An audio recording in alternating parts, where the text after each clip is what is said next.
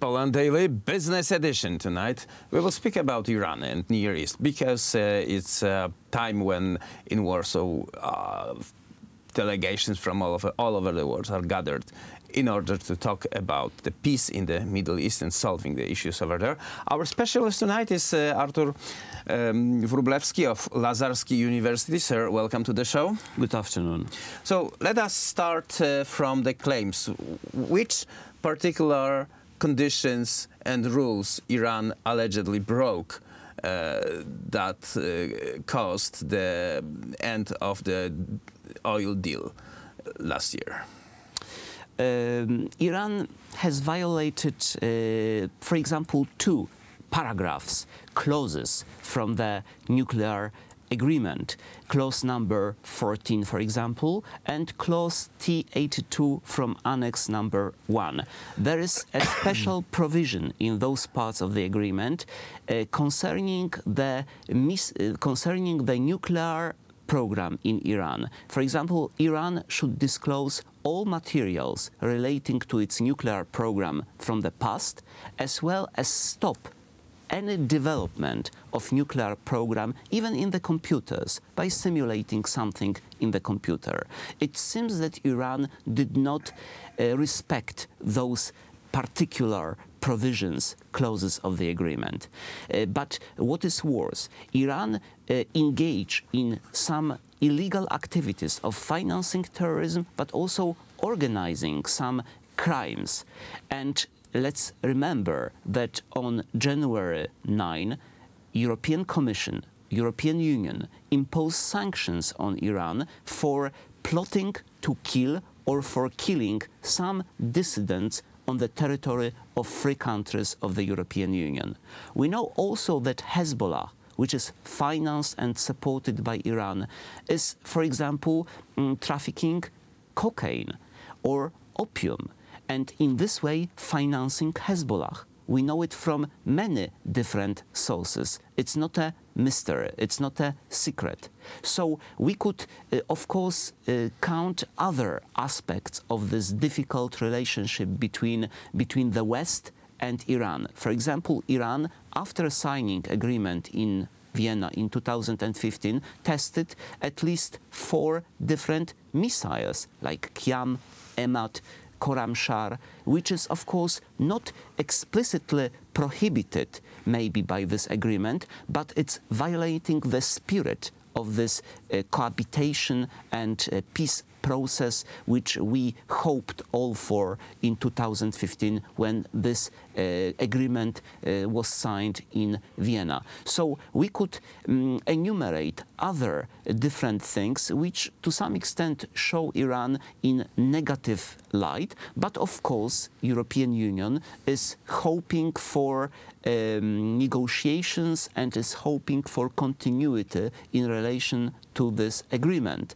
And we cannot blame European Union or the Western countries for this because they want to make money. For example, Total, such companies like Total, PSE, Daimler, Airbus, they wanted to make billions of dollars. That's why they are criticizing the United States for this decision to terminate this agreement, and are even saying that they will be undermining this system of sanctions the United States has imposed by, for example, activating so-called blocking statute dating back to 1996, which was created to avoid American sanctions relating to Cuba, for example, and they are trying to create something like a clearinghouse or a system of financial transactions or non-financial transactions, which will help to bypass, to avoid American sanctions by dealing with Iran, but not using American dollars, actually using barter, something like this, to make transactions, but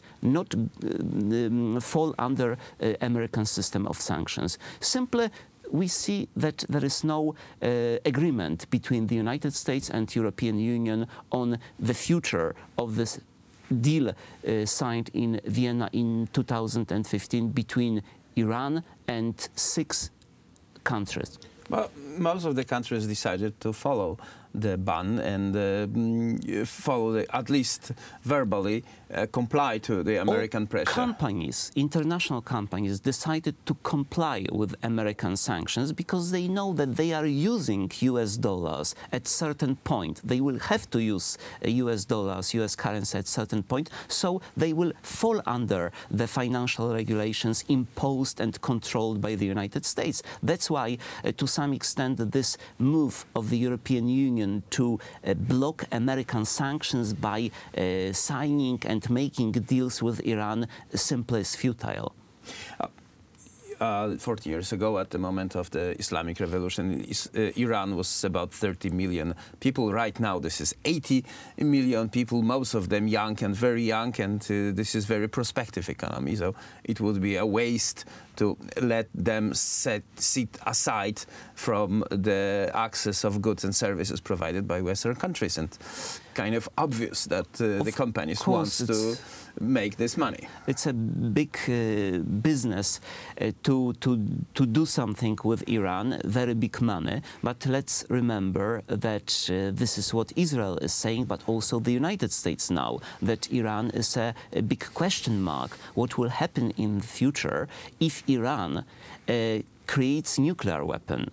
And remembering that they have also this ballistic missile program and ballistic missiles which can simply take warhead from Iran and take it anywhere, this country, which is not really very much predictable because it's a very specific ideological government, could be a threat to all of us. That's why this intention of United States is to simply force Iran to comply with the agreement signed in 2015.